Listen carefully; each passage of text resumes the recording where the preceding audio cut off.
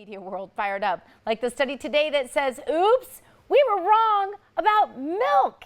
Here to discuss that study and a few others is our medical guru with the best accent in the business, Dr. Rosie Chauhan. Dr. Rosie, thanks for being with us today. Thank you. This new study on whole milk says the opposite of what we've been told for years. We were told skim milk was the best, but now we find out skim milk is actually not as good for you as the fattier whole milk. How did we get that so wrong? And how do we know what to believe, Dr. Rosie, when it seems that a new government study contradicts the last one just about every week? Yeah, I don't blame you for saying that, actually. Yeah, I mean, originally the skim milk versus whole milk dilemma started about 40 years ago, and the government did actually propose that we should stay away from whole milk. Actually, I have to say, just as an aside, it never really made that much sense to me because there are certain vitamins that are associated with milk fat, specifically vitamin A, D, E, and K. And for years, even in medical school, I think, well, if you drink skim milk, you're not getting those vitamins. So anyway, and so to my knowledge, those things aren't added back, even when you have, let's say, calcium or vitamin D added back to any kind of milk.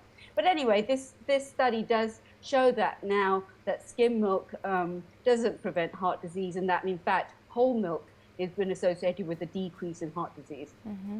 And another study says that the recommended 30 minutes of exercise every day isn't enough, that we actually need much more exercise than that for optimal health. How long, Dr. Rosie, do we have to work out, and how are we supposed to make time for all of that?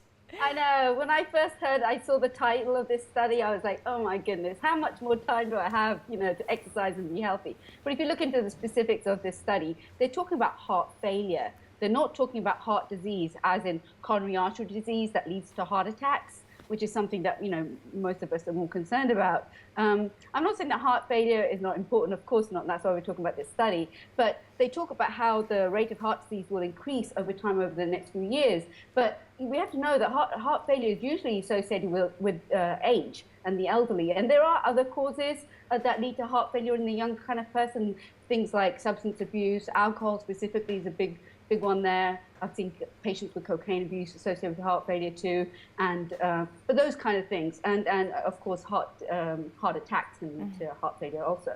So the study basically showed that although the 30-minute a day rule for coronary artery disease is good and it does prevent heart attacks, that you have to do twice that or even up to 4 times that to decrease the rate of the incidence of heart failure. And they also talked about combining vigorous exercise with moderate exercise. I will add as an aside, this was not in the study, that basically when you have people with heart failure associated with, let's say, hypertension or diabetes, you've got to be really careful about how much jumping you do on the treadmill. So talk to your doctor is what I say, and keep up the 30 minutes a day. I don't know, I'm just tired already thinking about it. Does that count? Yes. In a study in Spain done on pregnant women, it showed that babies respond to music and other sounds much earlier than researchers previously thought. And it also suggested that learning begins in the womb as early as 16 weeks. Still, very few of us, Dr. Rosie, state that we actually remember what we've learned in the womb. Why is that?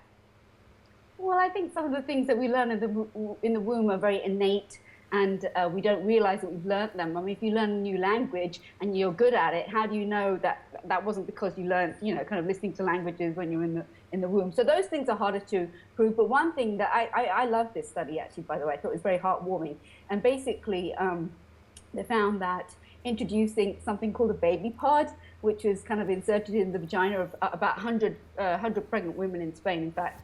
And they found that there were certain movements in the fetus on ultrasound every time that they played music. And the researchers were very convinced that this was in response, that this proved that learning starts in the womb. And just in terms of how this research could be used, basically deafness could be diagnosed earlier, and that ultrasound could be more reliable. And of course, the learning aspects that we've been talking about, mental agility, language skills, and communication, are thought to increase. And by the way, the sounds had to be via the internal route and not the external route. The external sounds were thought to be muffled. So interesting.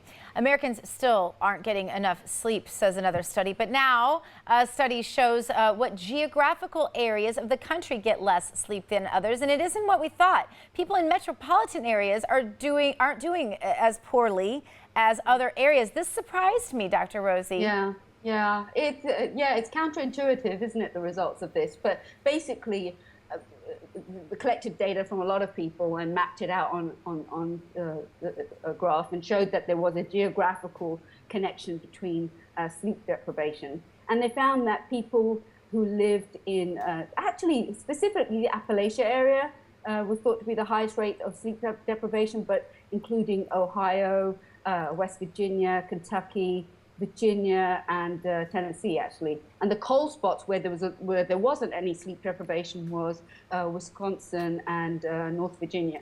So those just specifically were the findings of this study. And in terms of why it is that those areas have sleep deprivation or not, was thought to be related to socioeconomic status. And specifically, they found that people who were young and poor and with bad health were more likely to have sleep deprivation. Well, and interesting and tied to that is another study that talks about teens who go to sleep later, that they are more overweight. Now, is it possible, Dr. Rosie, that this is a chicken and egg thing where it isn't about going to sleep late that causes the obesity, but rather the obesity that causes the sleeplessness? And do these stats play out into adulthood? That's a good proposal there, Gina. That wasn't something that was discussed in the study, I have to say, in terms of the causality. But basically, they found that it wasn't just about total sleep time. It was actually to do with the bedtime. That they found that there's in terms of details, that there's a 2-point rise in the BMI over a period of 5 years. And essentially, if you don't go to bed on time, you get fat. That's what the study stated. And it was interesting. Just in terms of, and this was yet again not stated in the study, but there's all sorts of hormonal levels that change if you are under duress or stress or with sleep deprivation. So there's other studies that feed into this too. So there is a basis, I think, for this, not just this study. Well, and it might carry that if parents are less stringent about bedtime, that they're also less stringent about diet. And I think there might be a correlation there, but what do I know?